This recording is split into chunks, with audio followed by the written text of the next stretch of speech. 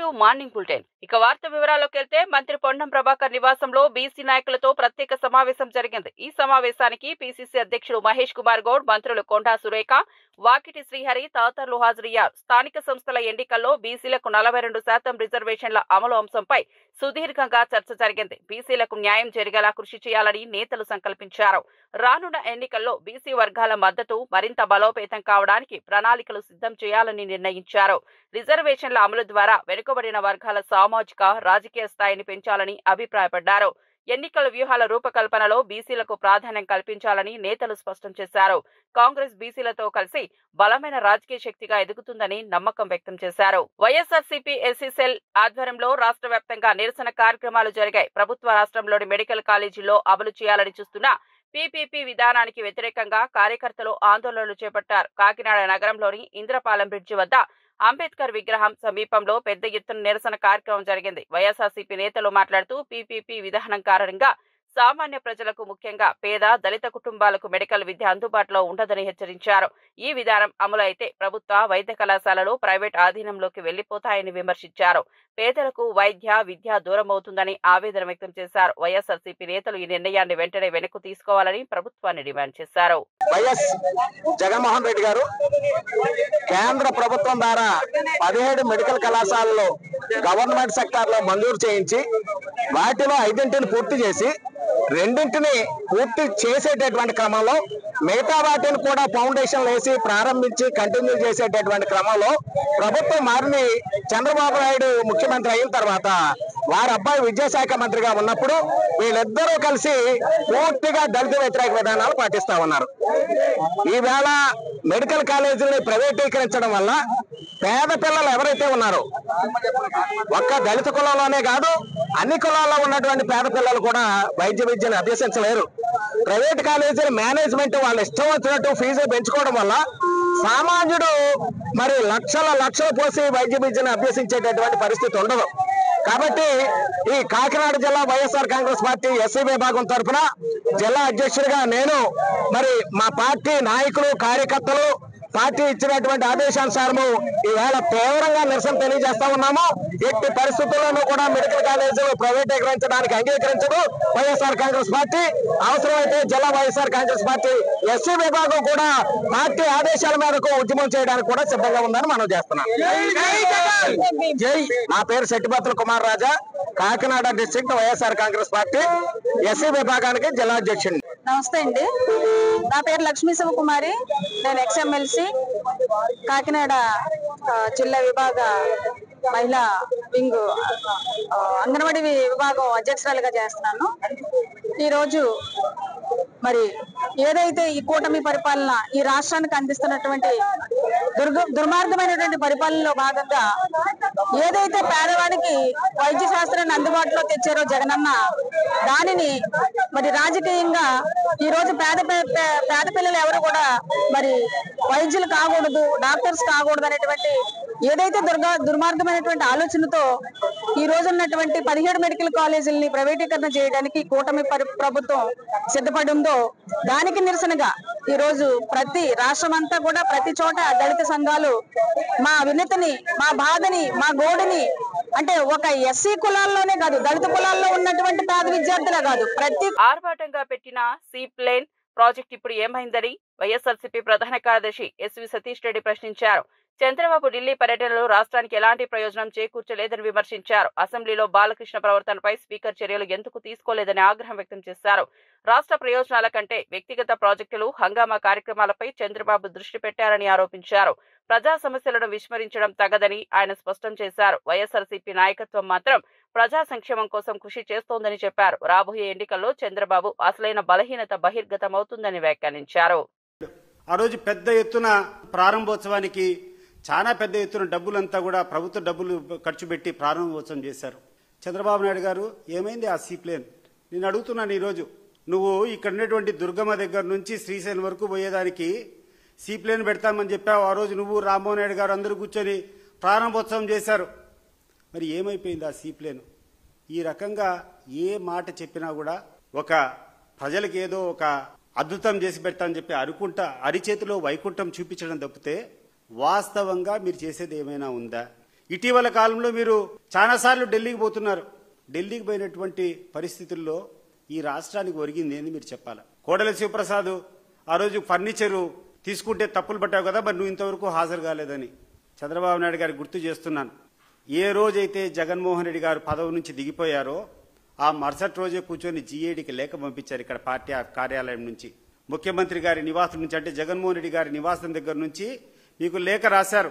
అయ్యా, ప్రభుత్వానికి సంబంధించినటువంటి ఫర్నిచర్ అంతా ఉంది, మీరు దీన్ని స్వాధీనం చేసుకోండి, మీరు వెంటనే మీరు తీసుకొని పోండి అని చెప్పారు. మా యొక్క పార్టీ ఇన్ఛార్జ్ అప్పిరెడ్డి గారు అనేక లెటర్లు రాశారు మీకు జీఏడీకి. ఈ యొక్క ఫర్నిచర్ని ఏం చేయాలనో తెలుసుకోండి, లేకుండా ఉంటే మీరు ఎక్కడికి తెచ్చి స్వాధీనపరచాలనో చెప్పండి, మేము స్వాధీనపరుస్తామని చెప్పి అప్పిరెడ్డి గారు మిమ్మల్ని అనేక సందర్భాల్లో కోరారు ఒక పార్టీ ఆఫీస్ ఇన్ఛార్జిగా. మీరు ఇంతవరకు స్పందించలే. మీరు స్పందించకుండా ఉంటే ఆఖరికి కోర్టుకు పోయినాం. వైఎస్ఆర్ కాంగ్రెస్ పార్టీ తరఫున ఇక్కడటువంటి ఈ ఫర్నిచర్ని ఏం చేయాలయా మేము అని చెప్పి కోర్టును కోరినాం. ఇంత దౌర్భాగ్యమైన పరిస్థితిలో మీరుండి ఫర్నిచర్ హ్యాండ్ ఓవర్ చేసుకోనంటే ఫర్నిచర్ హ్యాండ్ ఓవర్ చేసుకోకుండా పైపెచ్చు కోడెల శివప్రసాద్ గారిని ఫర్నిచర్ అడిగితే ఆయన ఆత్మహత్య చేసుకున్నారని చెప్పి జగన్మోహన్ రెడ్డి గారికి ఆపాదిస్తున్నారే, ఇది నీతిమాలిన పని కాదా చంద్రబాబు నాయుడు గారు అని అడుగుతున్నాం. కానీ ఈరోజు చంద్రబాబు నాయుడు గుర్తుపెట్టుకోండి, ఎవడు అసెంబ్లీలో జరిగేటువంటి ప్రొసీడింగ్స్ చూడాలంటే ఇష్టం కూడా పడడం లేదు. ఎందుకంటే ప్రతిపక్షం అనేది లేకుండా చేశాం. నేను అడుగుతున్నాను చంద్రబాబు నాయుడు గారిని, అయ్యా నీ బాధ్యత కాదా అపోజిషన్ పార్టీని ఎప్పుడైనా వాళ్ళు చర్చలు జరిగేటప్పుడు ఏదైనా చేస్తే అక్కడేటువంటి చీఫ్ విప్పులు వచ్చి చర్చలు జరిపి అపోజిషన్ వాళ్ళను. చేవెళ్ల నియోజకవర్గం నవాబ్పేట మండలంలో బీజేపీ నుంచి బీఆర్ఎస్ పార్టీలో చేరికలు జరిగాయి. మాజీ మంత్రి ఎమ్మెల్యే సవితారెడ్డి సమక్షంలో బీజేపీ మాజీ మండల అధ్యక్షుడు నరేందర్ రెడ్డి తన అనుచరులతో బీఆర్ఎస్ లో చేరారు. మొత్తం 200 మందికి పైగా కార్యకర్తలు ఈ చేరికలో పాల్గొన్నారు. నరేందర్ రెడ్డి మాట్లాడుతూ ప్రజాసేవ కోసం బీఆర్ఎస్ పార్టీలో చేరామని చెప్పారు. బీఆర్ఎస్ అభివృద్ధి పథకాలు తమను ఆకట్టుకున్నాయని తెలిపారు. పార్టీకి బలమైన స్థాయిలో పనిచేస్తామని హామీ ఇచ్చారు. సవితా ఇందారెడ్డి మాట్లాడుతూ బీజేపీతో విసిగెత్తిన ప్రజలు పెద్ద సంఖ్యలో బీఆర్ఎస్ వైపు వస్తున్నారని పేర్కొన్నారు.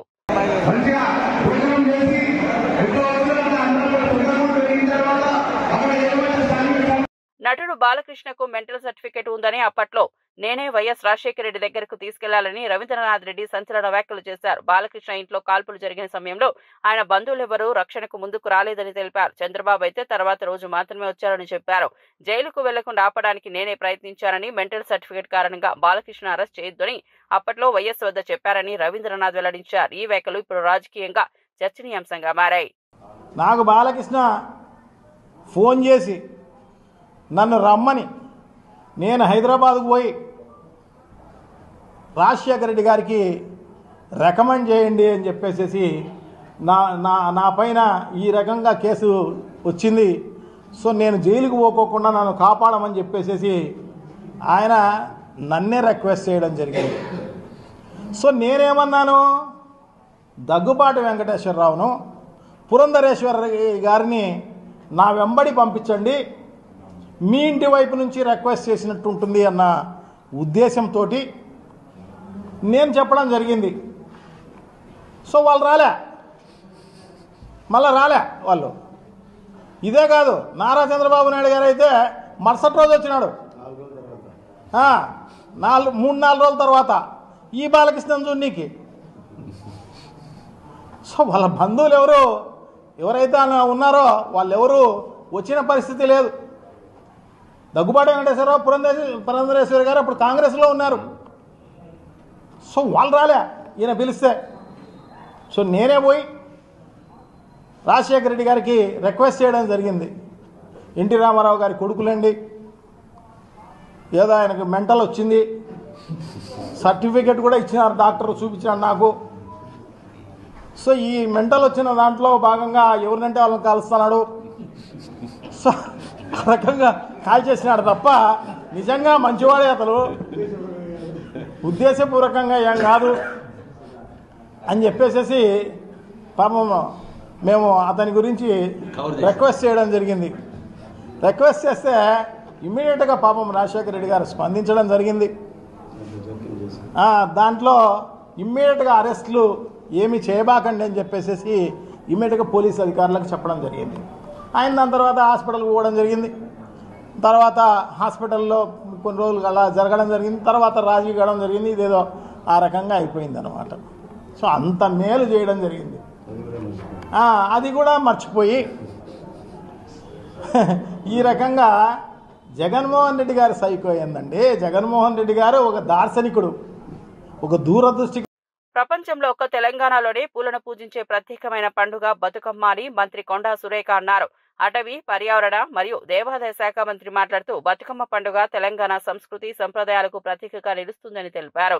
ఈ పండుగలలో మహిళలు ప్రధాన పాత్ర పోషిస్తూ సమాజంలో ఐక్యత, స్త్రీ శక్తిని ప్రతిబింబిస్తారని పేర్కొన్నారు. పూలతో తయారైన బతుకమ్మను గౌరవించడం, గంగమ్మను పూజించడం ద్వారా ప్రకృతి పట్ల కృతజ్ఞతను తెలుపుతున్నామని చెప్పారు. తెలంగాణ గర్వకారణంగా నిలిచిన ఈ పండుగను అన్ని వర్గాల ప్రజలు ఏకతాటిపై జరుపుకోవాలని పిలుపునిచ్చారు. ఆట అనేది తీరొక్క పువ్వుతోటి బతుకమ్మను పేర్చి మరి ఆ బతుకమ్మను పూలనే పూజించే పండుగ ఈ బతుకమ్మ పండుగ. మరి మనం దేవుళ్ళను పూజిస్తాము పూలతో, కానీ పూలను పూజించేటువంటి ఒకే ఒక పండుగ బతుకమ్మ. అది కేవలం ఒక తెలంగాణలోనే మాత్రమే జరుగుతుంది, ప్రపంచంలో ఎక్కడా కూడా జరగదు. మరి ముఖ్యంగా దీంట్లో మహిళల పాత్ర, మొత్తం మహిళల పాత్రే ఉంటుంది. ఇంట్లోంచి బయటికి వెళ్ళని వాళ్ళు కూడా ఈ 9 రోజులు వయసుతో సంబంధం లేకుండా బతుకమ్మలను పట్టుకొని వచ్చి ఆటలాడి, పాటలు పాడి, కోలాటాలేసి మరి వాళ్ళు ఈ 9 రోజులు కూడా ఎంతో సంతోషంగా ఆడుకుంటారు. పూర్వకాలంలో మరి అత్తగారింటికి వెళ్ళినప్పుడు పడ్డ కష్టాలు గాని, వాళ్ళ బాధలు గాని కూడా ఈ బతుకమ్మ పండుగ ఆడేటప్పుడు పాటల రూపంలో పాడుకుంటూ వాళ్ళ యొక్క బాధను వెళ్ళబుచ్చుకునే వాళ్ళు. మరి అదే క్రమంలో ఈ రోజు వరకు కూడా మనం అందరం కూడా పాటలు పాడుతూ, ఆటలాడుతూ బతుకమ్మను మరి ఆడుకుంటా ఉన్నాము. కాకపోతే మధ్యలో కొన్ని రోజులు కొంతమంది బతుకమ్మను మేమే తీసుకొచ్చాము, మా వల్లనే బతుకమ్మ మళ్ళీ పుట్టింది అనేటువంటి మాట చెప్పుతూ బతుకమ్మ యొక్క ఆట యొక్క రూపురేఖలు మార్చేసి డిస్కో డాన్స్లు మరి వెస్టర్న్ డాన్స్ల కల్చర్ తీసుకొచ్చారు. నేను ఒక్కటే విజ్ఞప్తి చేస్తున్నా, ఇప్పుడున్నటువంటి యువతకి దయచేసి బతుకమ్మను బతుకమ్మలాగానే ఆడండి. మీరు కావాలనుకుంటే మీ ప్రైవేట్ ఫంక్షన్స్ లో వెస్టర్న్ కల్చర్ వాడుకోండి, కానీ దయచేసి బతుకమ్మ ముందు మాత్రం వెస్టర్న్ కల్చర్ తో అస్సలు ఆడవద్దు అనేది నేను తెలియజేస్తా ఉన్నా. పూర్వకాలం నుంచి మన పెద్దలు ఎట్లా ఆడుతా ఉన్నారో అదే పద్ధతిలో ఆడాల్సిన అవసరం ఉందని కూడా విజ్ఞప్తి చేస్తా ఉన్నాను. మరి అదే విధంగా దసరా కూడా రేపు లేదు ఎల్లుండి దసరా కూడా జరుపుకోబోతున్నాము. మరి ఆ దసరా సందర్భంగా కూడా మీ అందరికీ శుభాకాంక్షలు తెలియజేస్తూ మళ్ళీ ఒకసారి బతుకమ్మ ఇది గిన్నీస్ బుక్ లో ఎక్కిన మన తెలంగాణ ప్రభుత్వానికి, అదే విధంగా దసరా ఉత్సవాలు జరుపుకోబోతున్న మీ అందరికీ కూడా పేరు పేరున ధన్యవాదాలు అర్పించుకుంటూ మమ్మల్ని ఆహ్వానించి ఇంత మంచి కార్యక్రమంలో పాల్పంచుకునే అవకాశం కల్పించిన తెలంగాణ ప్రజలకు కల్వకుంట్ల కుటుంబం మాత్రమే బాకీ ఉందని టీపీసీసీ అధికార ప్రతినిధి డాక్టర్ లింగం యాదవ్ వ్యాఖ్యానించారు. బీఆర్ఎస్ పాలనలో రాష్ట్ర ప్రజలు ఎన్నో ఇబ్బందులు ఎదుర్కొన్నారని ఆయన ఆరోపించారు. కుటుంబ పరిపాలన, ఆర్థిక అసమానతలు, ప్రజల సమస్యల పట్ల నిర్లక్ష్యంగా కారణంగా ప్రజలు విసిగిపోయారని తెలిపారు. ఈసారి మాత్రం ప్రజలు మార్పు కోరుకుంటున్నారని, కాంగ్రెస్ ప్రత్యామ్నాయంగా ఎదుగుతోందని పేర్కొన్నారు. కల్వకుంట్ల కుటుంబం ఆధిపత్యం ఇక ముగియాలని ప్రజలు నిశ్చయించుకున్నారని స్పష్టం చేశారు. తెలంగాణలో ప్రజా సంక్షేమమే కాంగ్రెస్ లక్ష్యమని లింగం యాదవ్ అన్నారు. 10 ఏళ్ల బీఆర్ఎస్ పాలనంతా కూడా అవినీతి, అక్రమాలు, ఇవాళ తెలంగాణ ప్రజల కష్టార్జితమైన సొమ్ముని దోచుకొని దాచుకున్నటువంటి కుటుంబాలు ఇవాళ వాటాల పంచాయతీలే ఇవాళ బీఆర్ఎస్ పతనం అనేది చాలా స్పష్టంగా కనబడుతుంది. స్వయంగా మీ చెల్లె చాలా స్పష్టంగా చెప్పేది కేసీఆర్ బీఆర్ఎస్ పాలన ఎంత అవినీతిమయమైంది అనేది. ఇవాళ మీరు హామీల గురించి మాట్లాడితే ఇవాళ తెలంగాణ ప్రజలు మీ మాటలను చూసి అసహించుకుంటున్నారు. ఇవాళ ముందుగా తెలంగాణ ప్రజలకు కల్వకుంట్ల కుటుంబం, కేసీఆర్ ఫ్యామిలీ, బీఆర్ఎస్ నాయకులే తెలంగాణ ప్రజలకు బాకీ ఉన్నారు. ఇవాళ ఆనాడు మీరు మీ నాన్న ఏమన్నాడు, కేసీఆర్ గారు దళిత ముఖ్యమంత్రి, దళితులకు 3 ఎకరాలు, ఇంటికో ఉద్యోగం, కేజీ టు పీజీ ఉచిత విద్య, అదేవిధంగా నిరుద్యోగ వృత్తి, అదేవిధంగా ముస్లింలకు 12% రిజర్వేషన్, ఎస్టీలకు 12% రిజర్వేషన్, ఇవాళ డబుల్ బెడ్రూమ్లు, ఇవన్నీ మీ అయ్యా బీఆర్ఎస్ పాలన కేసీఆర్ తెలంగాణ ప్రజలకు బాకీలున్నారు. మీరు బాకీ గురించి మాట్లాడితే చాలా హాస్యాస్పదంగా ఉంది. తెలంగాణ మిగులు బడ్జెట్ రాష్ట్రాన్ని మీకు అప్పగిస్తే 10 ఏళ్లల్లా లక్షల కోట్ల 8 లక్షల కోట్ల అప్పు చేసినటువంటి, బాకీ చేసినటువంటి దుర్మార్గ పాలన మీరు మీరా బాకీల గురించి మాట్లాడేది? ముందు తెలంగాణ ప్రజలకు ఎవరన్నా బాకీ ఉన్నారంటే అది కల్వకుంట్ల కుటుంబం మాత్రమే. ఇవాళ కాంగ్రెస్ ప్రజాప్రభుత్వం, మేము ఇవాళ అభివృద్ధి, సంక్షేమము, సామాజిక న్యాయమే ధ్యేయంగా ఇవాళ ప్రజలకు అందుబాటులో ఉంటూ మేమిచ్చినటువంటి గ్యారంటీలను అమలు చేసుకుంటూ ఇవాళ దేశంలోనే తెలంగాణ రాష్ట్రాన్ని ఒక మోడల్ రాష్ట్రంగా, ఒక ఆదర్శ రాష్ట్రంగా తీర్చిదిద్దడం కోసం గౌరవ ముఖ్యమంత్రి రేవంత్ రెడ్డి గారి ఆధ్వర్యంలో ఇవాళ తెలంగాణ ప్రజాప్రభుత్వం ముందుకెళ్తుంటే మీరు చేసిన మోసాలు మీరు ఇంకా తెలంగాణ ప్రజలు మర్చిపోలేదు. ఇంకా కూడా మీ దుర్మార్గాలు తెలంగాణ ప్రజలకు ఇంకా కండ్లల్లో మెదులుతున్నాయి. మీరు ఆనాడేమన్నారు? అమరవీరులను కూడా మోసం చేసినటువంటి వ్యక్తులు ఆనాటి పాలకులు, కేసీఆర్ ఫ్యామిలీ. మీరు ఇవాళ హామీల గురించి మాట్లాడితే బీఆర్ఎస్ హయాంలో తెలంగాణ అప్పుల పాలైనప్పటికీ ఇప్పుడు కేటీఆర్ కాంగ్రెస్ పై నిందలు వేయడం సిగ్గుచేటని Hyderabad market committee vice chairman Kotla Srinivas అన్నారు. ఆయన మాట్లాడుతూ గతంలో బీఆర్ఎస్ ప్రభుత్వం చేసిన ఆర్థిక దుర్వినియోగం వల్లే రాష్ట్రం అప్పుల్లో కూరుకుపోయిందని గుర్తు చేశారు. అయినప్పటికీ ఇప్పుడు కాంగ్రెస్ పై విమర్శలు చేయడం విరుద్ధమని తెలిపారు. కాంగ్రెస్ ప్రభుత్వం అభివృద్ధి కోసం ప్రణాళికాబద్ధంగా పనిచేస్తోందని, అప్పులను తగ్గించేందుకు కృషి చేస్తోందని చెప్పారు.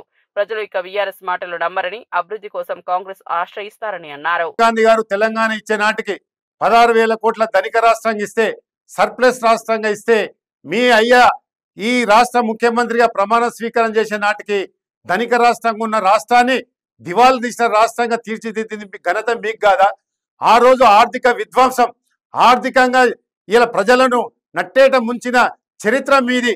అదేవిధంగా ఉద్యోగాల విధ్వంసం, నీళ్ల విధ్వంసం, అదేవిధంగా అనేక రకాలుగా ఈ రాష్ట్రంలోని అన్ని రంగాలలో విధ్వంసం సృష్టించింది గత ప్రభుత్వం కేసీఆర్ గారి నాయకత్వంలో కాదా అని సందర్భంగా నేను అడగదలుచుకున్నా.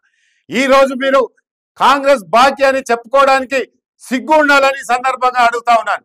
గౌరవ ముఖ్యమంత్రి రేవంత్ రెడ్డి గారు వచ్చిన తర్వాత మీరు చేసిన అప్పులు, మీరు కట్టవలసిన వడ్డీలు ఈ రోజు ప్రభుత్వానికి భారం అయినప్పటికీ కూడా ఈ రోజు ప్రభుత్వం భరిస్తూ ముందుకెళ్తున్న సంగతి నీకు కళ్ళుండి కబోదివా అని సందర్భంగా అడుగుతా ఉన్నాను.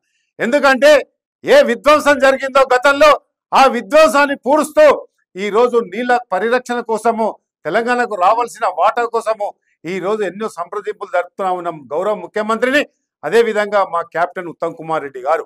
అదేవిధంగా మరి మీ హయాంలో ఏ నీళ్ల కోసము, నిధుల కోసము, నియమాల కోసం ఉద్యమం జరిగిందో ఆ ట్యాగ్ లైన్ లో తుంగలో తొక్కిన దరిద్ర ప్రభుత్వము టిఆర్ఎస్ ప్రభుత్వం కాదా అని సందర్భంగా అడుగుతా ఉన్నా. గతంలో డిసెంబర్ 7 తారీఖు నాడు గౌరవ ముఖ్యమంత్రి రేవంత్ రెడ్డి గారు ప్రమాణ స్వీకారం చేసిన ఎల్బీ స్టేడియం సాక్షిగా మేము ఎన్ని ఉద్యోగాలు ఇచ్చినామో చర్చకు సిద్ధమా కేటీఆర్ గారు అని అడగదలుచుకున్నా. ఈ రోజు నీళ్లు కానీ, నిధులు కానీ, అదే విధంగా నియమాలకైనా ట్యాగ్ లైన్లు లైవ్ లో ఉంచిన గొప్ప మనసున్న ప్రజానాయకుడు గౌరవ ముఖ్యమంత్రి రేవంత్. 2047 నాటికి ఆంధ్రప్రదేశ్ ను $2.47 ట్రిలియన్ ఆర్థిక వ్యవస్థగా తీర్చిదిద్దడమే తన లక్ష్యమని సీఎం చంద్రబాబు స్పష్టం చేశారు. ఈ లక్ష్యాన్ని చేరుకోవడానికి 10 విధానాలు రూపొందించామని చెప్పారు. ఉపాధి కల్పన, పేదరిక నిర్మూలన, లాజిస్టిక్ మెరుగుదల, పెట్టుబడుల ప్రోత్సాహం, మౌలిక వస్తువుల వంటి అంశాలను ప్రాధాన్యంగా తీసుకుంటున్నామని తెలిపారు. సమ్మిళిత వృద్ధి రేటు ద్వారా అన్ని వర్గాలకు సమానంగా లాభాలు చేకూరేలా కృషి చేస్తామన్నారు. అంతర్జాతీయ ప్రమాణాలతో ఏపీని అభివృద్ధి రాష్ట్రంగా తీర్చిదిద్దడమే టీడీపీ ప్రభుత్వం లక్ష్యమని చంద్రబాబు స్పష్టం చేశారు. This goal is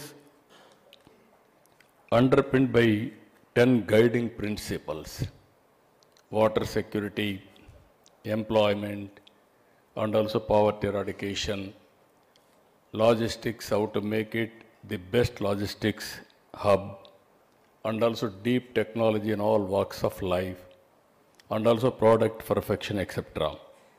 We are working now space city, electronic city, drone city, and also aerospace city, and at the same time recently under the mission of quantum computing we are going to establish by January 2026 first quantum computing operations in Amaravati. That is the first of its kind. By doing this, I am very happy to announce here, our people are preparing to produce quantum computers within 2 years' time. This is how India is moving very fast. బడుగుల వంచనలో జగన్ మహాగణుడని గృహ నిర్మాణ శాఖ మంత్రి కొలుసు పార్థసారథి మండిపడ్డారు. అమరావతిలో media సమావేశం నిర్వహించి వైఎస్ఆర్సీపీ ప్రభుత్వంపై తీవ్ర విమర్శలు చేశారు. జగన్ పాలనలో పేదలు, వెనుకబడిన వర్గాలు మోసపోయాయని ఆరోపించారు. గృహ నిర్మాణం, సంక్షేమ పథకాలన్నీ అర్థంతరంగా జరిగాయని విమర్శించారు. టీడీపీ ప్రభుత్వం మాత్రం బడుగుల సంక్షేమం కోసం కృషి చేస్తోందని, పేదలకు సొంత ఇల్లు అందించడం ప్రాధాన్యమని తెలిపారు. బడుగు, బలహీన వర్గాలకు వంచింది వైఎస్ఆర్సీపీ అని పార్థసారథి దుయ్యబట్టారు. అన్యాయంగా హత్యకు గురైన చంద్రయ్య గారి కుటుంబానికి ఒక మేలు చేస్తూ ఉంటే అడ్డుకోవటంతో, వైసీపీ అడ్డుకోవడంతో దాని యొక్క బీసీల పట్ల ప్రేమ ఏంటో అర్థమవుతుందని చెప్పేసి ఈ సందర్భంగా నేను మనవి చేస్తా ఉన్నా. నేను జగన్మోహన్ రెడ్డి గారి హయాంలో ప్రభుత్వంలోని అన్ని ముఖ్యమైన పదవులు, చైర్మన్లు కానివ్వండి, లేకపోతే ముఖ్యమైన సలహాదారుల పదవులు కానివ్వండి, ఆఖరికి పార్టీ పదవుల్లో కూడా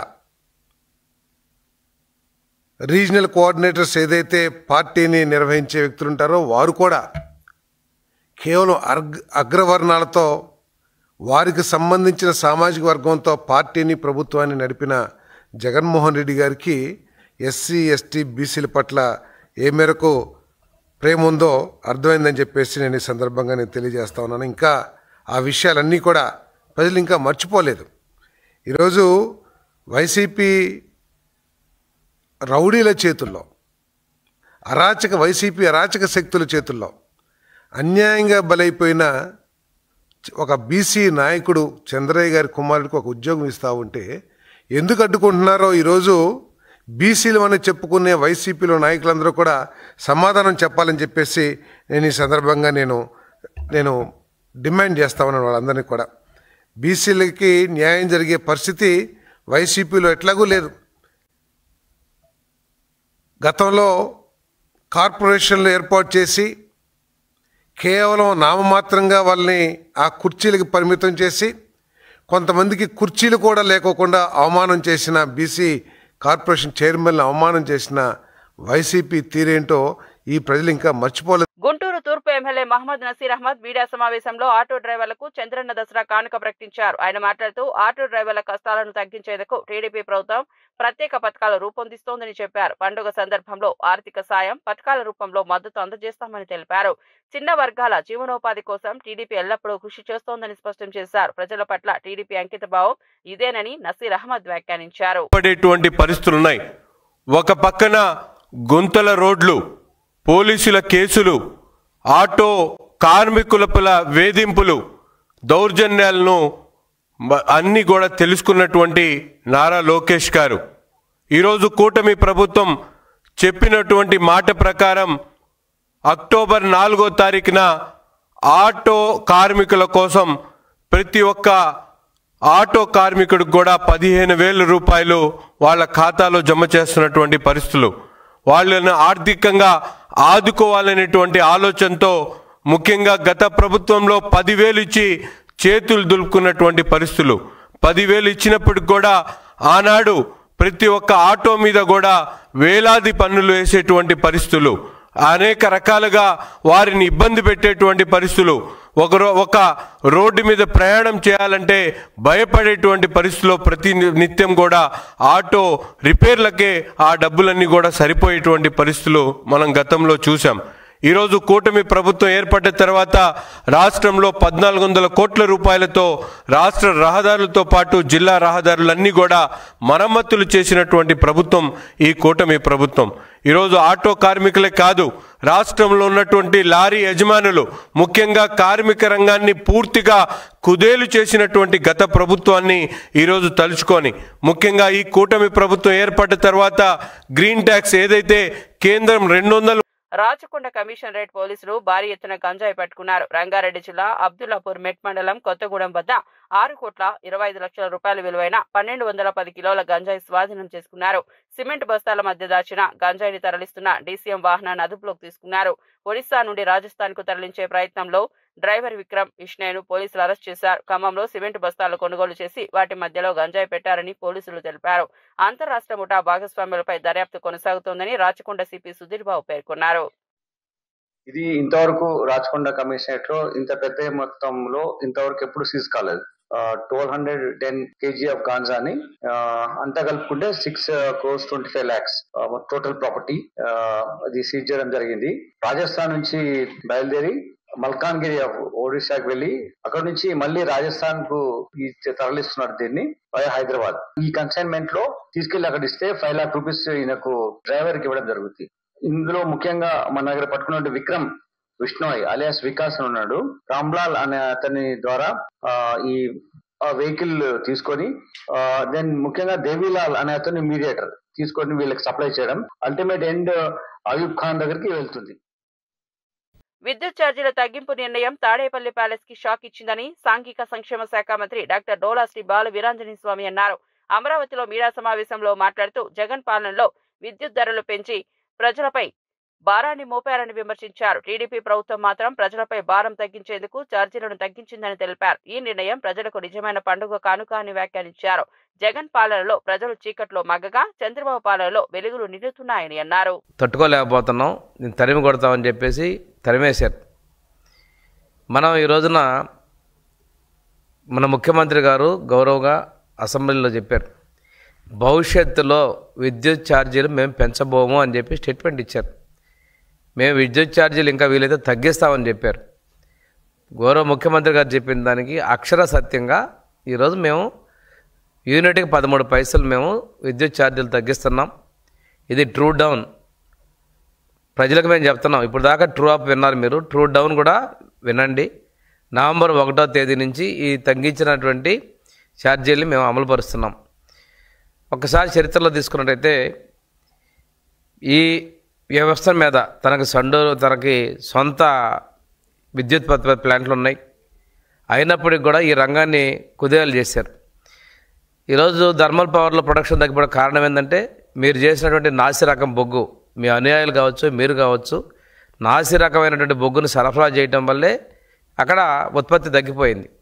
మీరు ఎప్పుడైతే పీపీటీలు రద్దు చేశారో ఈ రద్దు చేయడం వల్ల కూడా డిమాండ్ ఎక్కువ పెరగటం, అప్పుడు 14-19లో మా ప్రభుత్వ హయాంలో సోలారు విండ్ అనేది మనకు దేశంలోనే మొదటి స్థానంలో ఉంటే మీ అనాలోచిత నిర్ణయాల వల్ల మీరు అధిక మొత్తంలో పెద్ద ఎత్తున విద్యుత్ కొనుగోలు చేయడం జరిగింది. ఈ భారాన్ని మొత్తం ప్రజల ఎత్తున రుద్దేసి వెళ్ళిపోయారు. ఇంకో విచిత్రం ఏంటంటే కోవిడ్ వచ్చింది, విద్యుత్ వాడకం తగ్గింది. మీ నిర్లక్ష్యం ఫలితంగా 23, 24 ఇదంతా కూడా మీరు 20 నుంచి విపరీతంగా తగినంత పవర్ విద్యుత్ ఉత్పత్తి చేయలేక బయట నుంచి ఇష్టానుసారంగా మీ సొంతం అన్నట్టుగా మీ కమిషన్లు తీసుకున్నారు, ఏం చేసుకున్నారు కానీ అత్యధికంగా ఎక్కువ రేట్లు కొనుగోలు చేశారు. మీ పాపాన్ని కూడా తర్వాత వచ్చినటువంటి మేము కొనసాగించాల్సిన పరిస్థితి చేశారు. ఎందుకంటే మీరు ముందంతా పెంపకుండా ఈఆర్సీకి రెగ్యులేటరీ కమిటీ మీరు పంపించకుండా వాటిని పీపీఏల గురించి ట్రూ అప్ ఛార్జీల గురించి ఎన్నికల ముందు పంపిస్తే వాటిని అమలు చేయడం జరిగింది. దానికోసం మధ్యలో రేట్లు పెంచుతారని చెప్పి ఒక తప్పుడు ప్రచారాన్ని మీ పత్రిక ద్వారా మీరు పంపించి లేనిపోని ప్రజలు ఒక అయోమయాన్ని కూడా కలగజేశారు. మీకు చేసేది తక్కువ, అసత్యాలు ప్రచారం చేసుకోవడం ఎక్కువ, ఈ విధంగా చేసి మా మీద నింద వేశారు. అయినప్పటికీ కూడాను మేము ఇచ్చిన మాట ప్రకారం విద్యుత్ ఛార్జీలు పెంచబోము. ఇవి బులెటిన్ అప్డేట్స్. మరో బులెటిన్లో మళ్ళీ కలుద్దాం.